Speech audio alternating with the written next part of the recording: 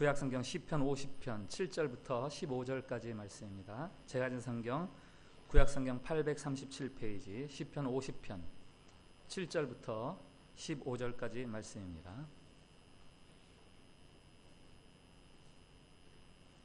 말씀 봉독할 때에 살아계신 우리 하나님의 음성으로 들으시기 바랍니다. 내 백성아 들을지어다. 내가 말하리라. 이스라엘아 내가 내게 증언하리라. 나는 하나님 곧 내 하나님이로다. 나는 내 재물 때문에 너를 책망하지는 아니하리니 내 번제가 항상 내 앞에 있음이로다. 내가 내 집에서 숫소나 내 우리에서 순염소를 가져가지 아니하리니 이는 삼림의 짐승들과 뭇산의 가축이 다 내 것이며 산의 모든 새들도 내가 아는 것이며 들의 짐승도 내 것이미로다. 내가 가령 줄여도 내게 이르지 아니할 것은 세계와 거기에 충만한 것이 내 것이미로다. 내가 숫소의 고기를 먹으며 염소의 피를 마시겠느냐. 감사로 하나님께 제사를 드리며 지존하신 이에게 내 서원을 갚으며 환난 날에 나를 부르라. 내가 너를 건지리니 내가 나를 영화롭게 하리로다. 아멘. 샬롬. 샬롬. 네, 우리 옆에 분들하고 밝은 얼굴로 한 번 더 인사하십시오. 하나님께서 우리를 사랑하십니다.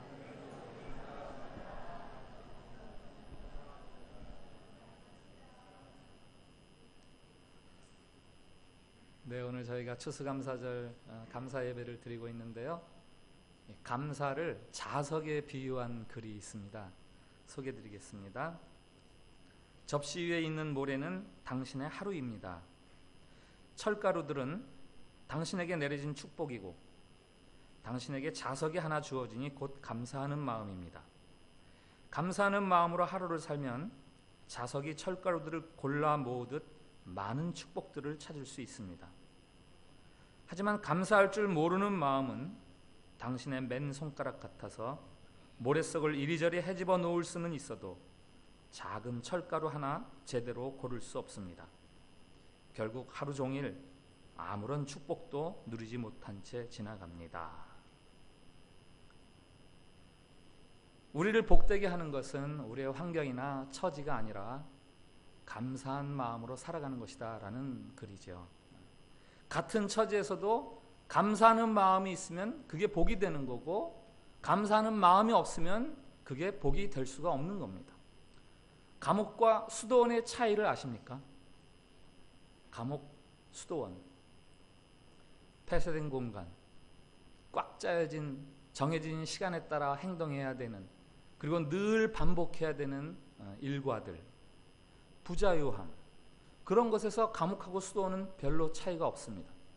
그러나 아주 큰 차이가 있습니다. 감옥은 불평으로 시작하고 수도원은 감사로 시작하는 겁니다. 만일 수도원에서 사는 수도사가 감사를 잊어버리면 그는 수도원이 아니라 감옥에 갇혀 있는 것이고, 감옥에 갇혀 있는 죄수가 감사를 알게 되면 그것은 감옥이 아니라 수도원이 되는 겁니다. 하나님은 성경 곳곳에서 우리들에게 감사하라고 명령하십니다. 골로새서 3장 15절 너희는 또한 감사하는 자가 되라. 데살로니가 전서 5장 18절 범사에 감사하라. 에베소서 5장 20절 항상 감사하며, 데살로니가 전서 2장 13절 이러므로 우리가 하나님께 쉬지 않고 감사함은, 골로새서 4장 2절 감사함으로 깨어 있으라. 빌립보서 4장 6절 너희 구할 것을 감사함으로 아뢰라. 골로새서 2장 7절 감사함을 넘치게 하라. 시편 100편 감사함으로 그의 문에 들어가며 찬송함으로 그의 궁정에 들어가서 그에게 감사하며 그의 이름을 송축할지어다. 오늘 읽은 시편 50편 14절 감사로 하나님께 제사를 드리며. 하나님은 왜 이렇게 반복해서 자기 백성들에게, 자기 자녀들에게 감사해라, 감사해라, 감사해라, 왜 이렇게 동일한 말씀을 계속해서 하십니까? 하나님이 감사에 배고프셨을까요? 하나님이 은혜를 베풀어 주셨으니 이제는 하나님이 우리로부터 달콤한 것들을 받을 차례여서 그런 걸까요? 아니죠. 감사는 하나님을 위해서가 아니라 우리들에게 필요한 것이기 때문에 하나님께서 그렇게 우리에게 감사하라, 감사하라 하시는 거예요. 감사한 마음을 가지고 살아가는 삶, 그것이야말로 천국을 살아가는 거죠. 감옥에서도 감사하는 마음만 있으면 더 이상 그것은 감옥이 아니에요. 오늘 본문 시편 50편은 아삽의 시 이렇게 되어 있습니다. 아삽이라는 사람은 시편 150편 중에서 12편을 지었어요. 다윗 다음으로 많은 노래를 지은 사람입니다. 그는 다윗 시절에 3명의 위대한 악사 중에서 한 명이었고, 다윗 왕 때, 솔로몬 왕 때 계속해서 성전에서 음악을, 찬양을 담당하던 사람이에요. 그의 후손들도 성전에서 계속해서 찬양을 담당했고, 바벨론 포로 이후 시대에도 성전에서 아삽의 후손들이 찬양을 담당했습니다. 찬양을 도맡아 한 사람이죠. 이 시편 50편은 어떤 노래냐? 제물을 가지고 하나님 앞에 감사의 예배를 드리러 오는, 제사를 드리러 오는 사람들에게 들려주는 노래입니다. 혹은 그들이 부르는 노래입니다. 우리로 얘기하면 오늘 추수감사절을 맞아서 하나님 앞에 감사합니다 그러면서 예배를 드리는 저와 여러분에게 불러주는, 혹은 우리가 부르는 노래인 것이죠. 이 시편 50편 구조를 4파트로 나눌 수가 있어요. 1절부터 6절, 제사 드릴 백성들을 모으시는 하나님. 내용을 요약하면 이런 겁니다. 전능하신 하나님께서 해 돋는 데부터 해 지는 곳까지 온 세상을 부르신다. 시온에서부터 하나님께서 빛을 비추시며 부르신다. 제사를 통해 나와 언약을 맺은 자들아, 다 이리 와라. 내가 너희를 판결하리라. 하나님께서 성전에 제사 드리러 모이는 자들, 그들을 모으시면서 내가 너희들을 판단해 주리라. 그리고 7절부터 15절이 오늘 저희들이 읽은 본문입니다. 그 요약을 하면 제물 대신 감사를 원하시는 하나님, 이런 내용이죠. 나는 하나님 곧 내 하나님, 내가 내게 바라는 것은 소나 염소가 아니다. 내가 소나 염소 고기를 먹겠느냐? 이미 그것들은 다 나의 것이다. 다만 나에게 감사의 제사를 드려라. 내가 환난 중에도 너를 건지겠고 내가 나를 높일 것이다. 제물을 드리며 예배하는 자들에게 하나님이 말씀하세요. 내가 원하는 건 제물이 아니야. 너희들의 감사하는 마음이야. 세 번째 단락은 16절부터 21절, 불의한 삶을 사는 자들을 향한 하나님의 질책입니다. 이렇게 말씀하십니다. 악인들에게 말한다. 나의 가르침을 미워하고 내가 하는 말에 등을 돌린다면, 도둑질하고 간음하고 나쁜 말을 하고 거짓말을 꾸며댄다면 너희를 꾸짖고 너희의 죄를 하나하나 다 드러낼 것이다. 하나님 앞에 제물을 들고 예배하러 나온 자들에게 하나님이 그러시는 거예요. 너희들 행실이 그게 뭐냐? 내가 다 들춰내겠다. 그리고 마지막 22절부터 23절, 감사의 제사를 드리는 자들을 향한 하나님의 약속을 주십니다. 감사의 제사를 드리는 사람이 나를 영화롭게 하고 의롭게 살아가는 자들에게 내가 구원을 보이리라. 자, 이 시편 50편을 정리를 하면 이런 거죠. 우리 한번 간단하게 정리를 해서 다 같이 한번 시편 50편을 읽어보겠습니다. 시작. 우리가 하나님께 예물을 드리며 예배드리러 모이지만 하나님이 어디 제물이 필요하신 분이신가? 세상의 모든 것이 이미 다 그의 것인데 다만 하나님이 찾으시는 것은 감사하는 마음과 의로운 행위이니 하나님께 감사하는 마음으로 의롭게 살아가는 것만이 하나님을 영화롭게 하고 우리가 구원을 받는 길입니다. 아멘. 시편 50편 끝났습니다. 오늘 설교 끝났습니다. 추수감사절을 맞아서 어떻게 하면 성도들이 좀 헌금을 많이 하게 할까, 그런 성경 구절을 찾았어요. 근데 이 성경 구절을 주시더라고요. 나는 헌금 보지 않는다. 오늘 이 말씀을 통해 준 첫 번째 말씀이 있다면, 하나님은 우리들의 재물을 보지 않으세요. 우리가 헌금을 드리고 과외를 이렇게 쭉 드리지만 이거 안 보세요. 뭘 보십니까? 마음에 감사함이 있느냐?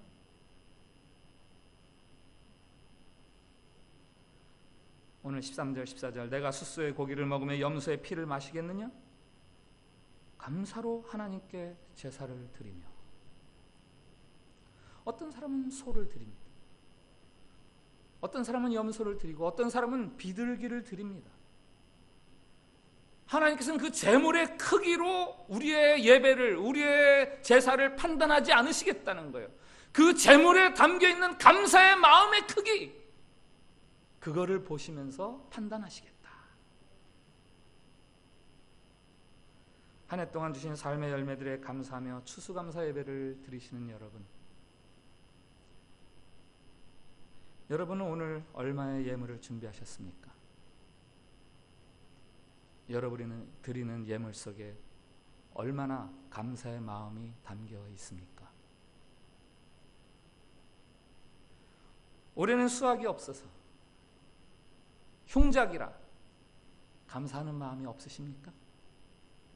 원망과 불평과 아쉬움만 있으십니까? 그런 분들 특별히 잘 들어주세요. 성경이 말하는 감사는 환경이나 처지에서 나오는 감사가 아니라 근본적으로 하나님과 나 사이의 관계를 바라보며 드리는 감사입니다. 하나님과 나와의 관계, 출애굽기 24장에서 모세가 이스라엘 백성과 감사의 제물을 드리는데, 그것은 바로 하나님이 이스라엘을 하나님의 언약의 백성으로 삼아주신 것에 대한 감사의 제사였죠. 역대상 16장에 다윗이 법궤를 이동하면서 법궤를 드리면서 하나님께 감사의 제사를 드립니다. 그것은 이제 하나님이 이스라엘을 떠나지 아니하고 이스라엘과 늘 동행하시는 것에 대한 감사였습니다. 역대하 5장에는 솔로몬이 성전을 완공하고 그곳에서 감사의 제사를 드립니다. 이런 노래를 불러요. 선하시도다, 그의 자비하심이 영원히 있도다. 이스라엘과 영원히 함께 하시는 하나님, 그에 대한 감사죠. 혹시 올해 농사가 흉작, 생활이 더 악화되고 건강이 더 악화되고 승진이 누락되어서 감사할 마음이 없으십니까? 구약의 저 유명한 하박국 선지자의 감사의 노래를 우리가 다 알잖아요. 한번 같이 보겠습니다. 다 같이 읽겠습니다. 시작. 비록 무화과 나무가 무성하지 못하며 포도나무에 열매가 없으며 감람나무에 소출이 없으며 밭에 먹을 것이 없으며 우리의 양이 없으며 외양간에 소가 없을지라도 나는 여호와로 말미암아 즐거워하며 나의 구원의 하나님으로 말미암아 기뻐하리로다. 아멘.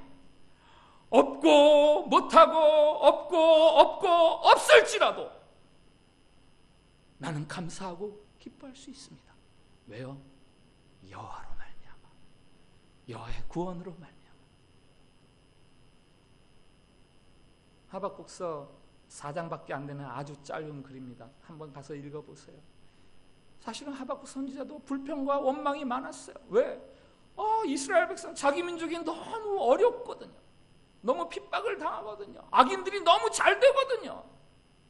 그렇게 시작된 하박국 선지서, 하박국에게 하나님이 말씀하시죠. 의인은 오직 믿음으로 말미암아 사느니라. 그 말씀을 들으면서 눈이 열리는 거예요. 입이 열리는 거예요. 없어도 하나님으로 말미암아 감사하나이다.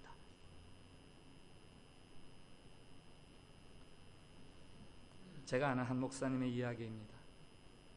집안 형편을 뻔히 아는 대학생 아들이 용돈 학비를 마련하겠다고 아르바이트를 하는데 막노동 현장에서 하다가 허리를 삐끗하게 다쳤습니다. 그 소식을 들은 아버지가 전화를 합니다. 야, 미안하다. 너를 고생시키는구나. 아들이 말합니다. 미안하시다니요. 아니에요. 너무 감사하죠. 저를 낳아주신 것도 감사하고 제가 아버지의 아들 된 건 너무 감사합니다. 전화를 끊었는데 이 목사님이 아들의 그 말이 너무 감동되는 거예요. 그러다가 하나님과 자신과의 관계를 생각하는 거죠. 목사로 부름받아서 목회한다고 하다가 목회 현장에서 겪는 그 여러 문제들과 어려움, 그 고단함 때문에 감사를 잃어버렸어요. 하나님이 나를 구원해 주시고 주의 종으로 불러주신 것만도 얼마나 내가 감사한데, 만약에 내가 아무것도 없다 할지라도 하나님에게 그것 하나님 감사합니다 하면은 하나님이 그것 때문에 얼마나 감동받으실 텐데.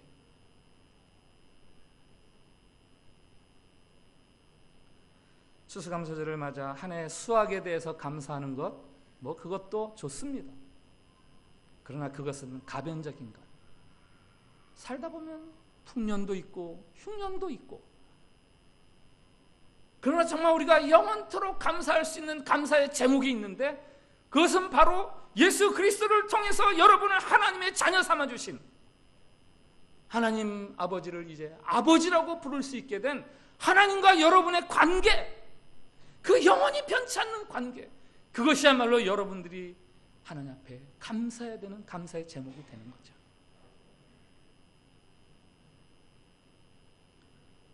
한번 따라해 주세요. 하나님 감사합니다. 저만 따라하지 마시고 이제 여러분들의 말로 해주십시오. 저는 제 얘기를 하겠습니다. 하나님 감사합니다.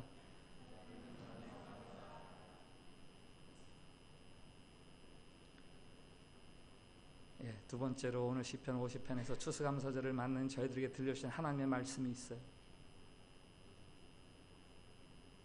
의롭고 거룩한 행실을 보여다오. 의롭고 거룩한 행실을 보여다오. 오늘 14절, 감사로 하나님께 제사를 드리며 지존하신 이에게 내 서원을 갚으며. 서원, 강력한 약속이죠. 단호한 결단을 가지고 드리는 약속. 하나님 앞에서 그 약속을 좀 지켜라. 그러면서 시편 50편 16절부터 21절, 아까 본 세 번째 단락이 그 구체적인 내용들이에요. 나에게 재물을 드리러 오는 너희가 어찌 도둑질을 하고 어찌 음란한 짓을 하고 어찌 거짓말을 하고 어찌 형제를 해하느냐.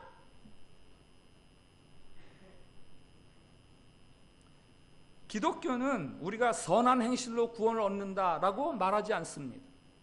우리는 온전히 하나님의 자비하심으로, 하나님의 사랑으로 우리는 예수 그리스도의 보혈을 의지해서 하나님의 자녀가 됩니다. 그러나 기독교는 결단코 그래서 우리의 의로운 행위가 필요 없다라고 말하지 않습니다. 우리의 거룩함이 필요 없다라고 말하지 않습니다. 오히려 은혜를 받은 우리들에게 더더욱 우리는 의롭고 거룩하게 살아야 된다라고 강력하게 이야기하는 게 바로 기독교예요. 바울의 서신을 한번 읽어보세요. 그가 각 교회들에게 얼마나 강력하게 의롭고 거룩한 삶에 대해서 강조하는지. 물론 하나님의 은혜에 대해서 이야기하죠. 오, 찬송을 받으시옵소서. 하나님의 그 영원한 사랑 때문에 우리가 하나님의 자녀가 되었습니다. 우리는 우리의 행실이 아니라 하나님의 은혜로 우리는 구원을 얻습니다. 그런 이야기를 합니다만은 그 다음에 무슨 이야기를 합니까? 강력하게 각 교회마다 얘기하는 거예요. 거룩해야 된다, 경건해야 된다, 의롭게 살아야 된다. 대표적인 게 로마서죠. 로마서 12장 1절. 그러므로 형제들아, 내가 하나님의 모든 자비하심으로 너희를 권하노니 너희 몸을 하나님이 기뻐하시는 거룩한 산 제물로 드리라. 이는 너희가 드릴 영적 예배니라. 내가 하나님의 모든 자비하심으로 너희를 권한다. 이 자비하심이 뭡니까? 1장부터 11장까지 이야기한 우리가 하나님의 은혜로 구원을 받습니다 하는 그 하나님의 자비하심에, 이제 그 하나님의 자비하심을 가지고 내가 너희들에게 권하노니 너희들의 몸을 거룩한 산 제물로 드려라. 죽으라는 겁니까? 우리들의 삶을 통해서 이제는 변화된 우리들의 삶을 보이라는 거죠. 변화된 우리의 정체성을 보이라는 거죠. 12장 2절에서 이야기합니다. 너희는 이 세대를 본받지 말고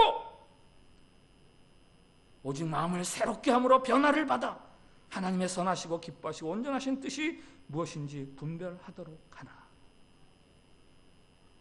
오늘날 한국 교회 성도들의 취약점이 있어요. 그것은 성도로서의 분별력 있는 삶을 살지 않는 것입니다. 하나님의 은혜로 우리가 구원을 받았어.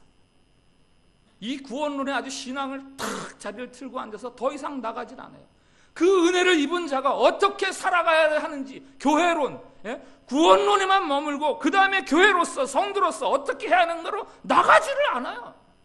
나는 구원받았어 에서만 읊조리고 있지. 그래서 내가 어떻게 행동해야 되고 어떻게 살아야 하는지. 여러분, 생선과 소금의 관계를 아십니까? 생선은 태어날 때부터 소금물 속에서 살아요. 바닷물 속에서. 평생을 소금물 속에서 살아도요, 그 소금기가 살 속에 배어들지 않습니다. 왜? 살아있기 때문에. 그러나 어부에게 잡혀서 어부가 생선에게 소금을 딱 치면요, 그 소금이 금방 살 속에 스며듭니다. 왜요? 죽었기 때문에. 세상 핑계나 환경 핑계를 대지 마세요. 여러분들이 죽었기 때문에 세상과 구별되지 않는 거예요. 홍수나는 장면을 가끔 본 적이 있어요. 막 거목이 뿌리째 뽑혀가지고 둥둥 떠다닙니다. 물이 흐르는 대로. 그러나 이 새끼 손가락보다도 작은 송사리가 물의 흐름을 거슬러서 올라가는 거 아니에요? 무슨 차이입니까? 살았느냐? 죽었느냐? 추수감사절 감사예배를 드리는 여러분이 없어서 겪는 곤고함 때문에 오는 유혹, 그것을 조심하십시오. 혹은 가져서 빠지기 쉬운 방탕함의 유혹, 그것을 조심하십시오. 예수 그리스도의 피로 깨끗하게 된 여러분의 세마포, 그것을 함부로 아무렇게나 살아서 더럽히지 않기를 하나님이 오늘 여러분들에게 요구하고 계신 거예요.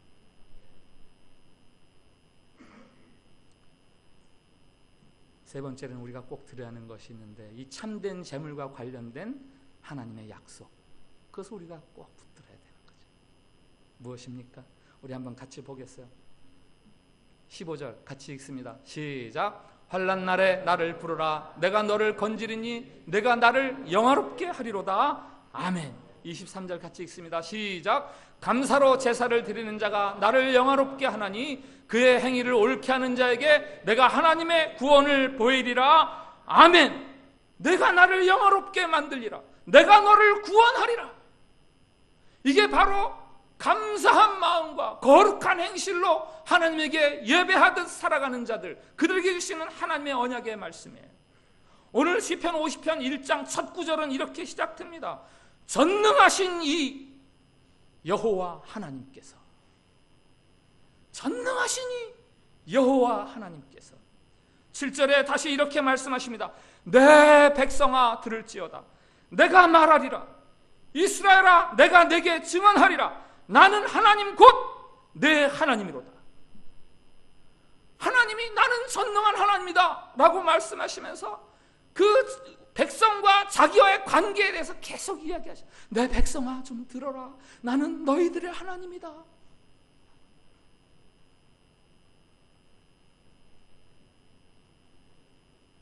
전능하신 여러분의 하나님, 전능하신 여러분의 하나님이 오늘 말씀하세요.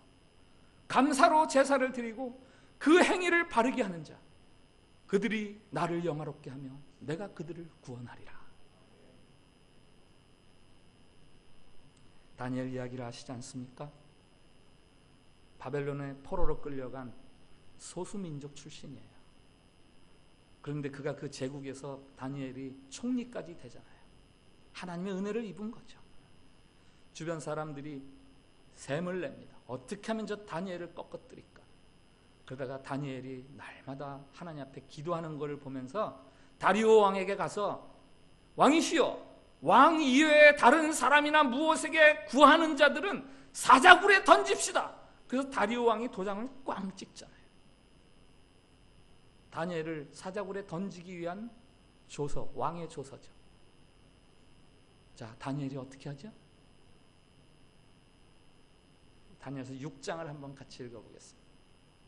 6장 10절 시작. 다니엘이 이 조서에 왕의 도장이 찍힌 것을 알고도 자기 집에 돌아가서는 윗방에 올라가 예루살렘으로 향한 창문을 열고 전에 하던 대로 하루 3번씩 무릎을 꿇고 기도하며 그의 하나님께 감사하였더라. 아멘. 그의 하나님께 뭐 했다고요? 감사하였더라. 기도하기가 쉽지 않은 처지예요.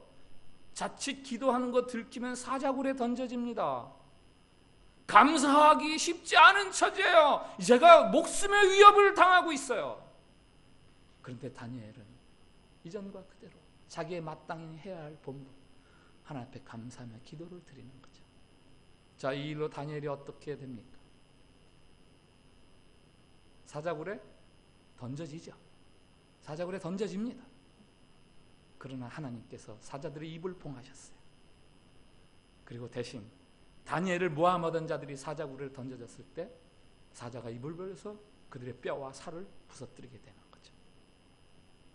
그리고 다리오 왕이 새로운 조서를 공포하는데 한번 같이 보겠어요.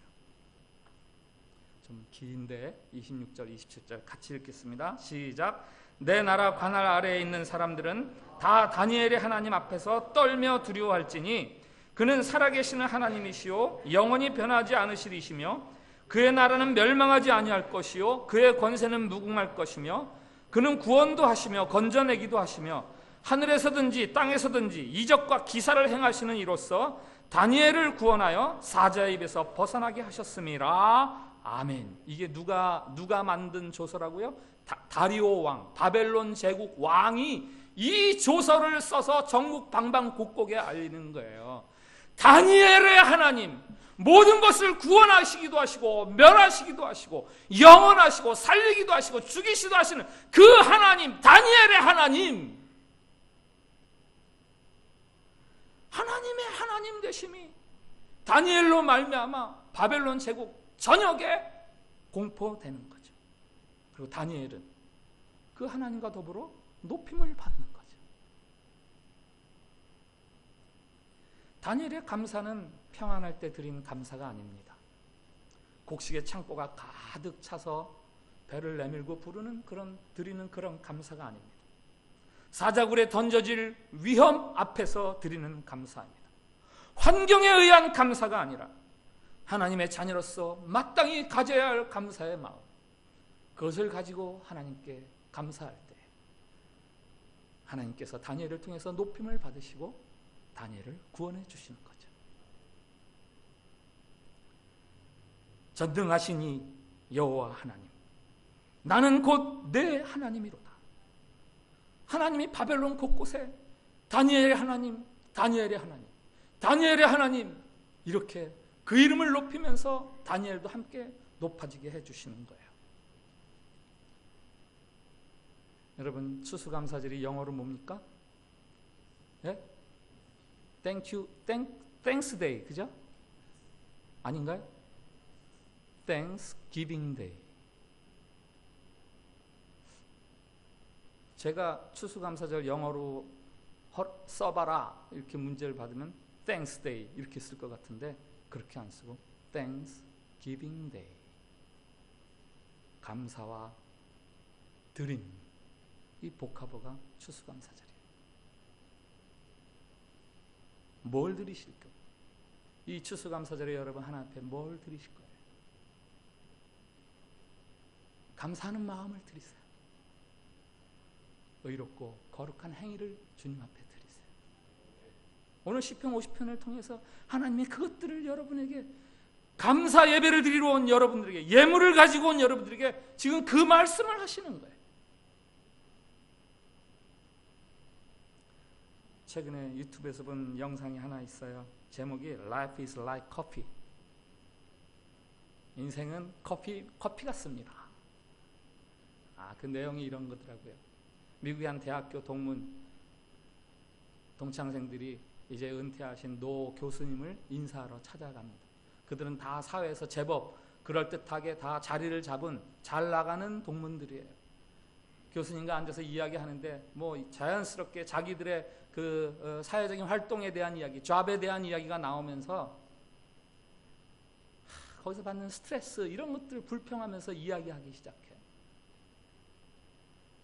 교수님이 듣다가 주방으로 가서 커피를 주전자에 끓여가지고 커피를 가지고 와서 그 옛 학생들에게 커피잔을 딱 나눠주는데 커피잔이 다 달라요. 어떤 거는 플라스틱 컵, 어떤 것은 뭐 세라믹, 어떤 것은 유리컵, 뭐 다 달라요. 가치가 다 달라요. 싸구려 컵부터 아주 비싼 컵까지 다 주고 그 커피를 따라줍니다.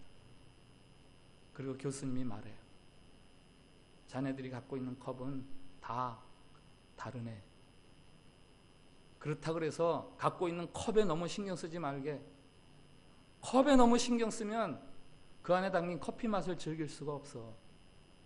중요한 건 컵이 아니라 커피네, 커피. 여러분, 이게 무슨 이야기죠? 외모, 학벌, 직업, 지위, 이런 것들은 다 우리들이 고유하게 다른 사람과 다르게 갖고 있는 컵이에요.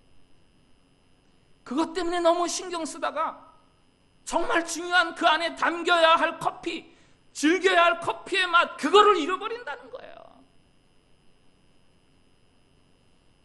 그 영상 마지막에서 두 번째 화면이 있습니다. 한번 보세요.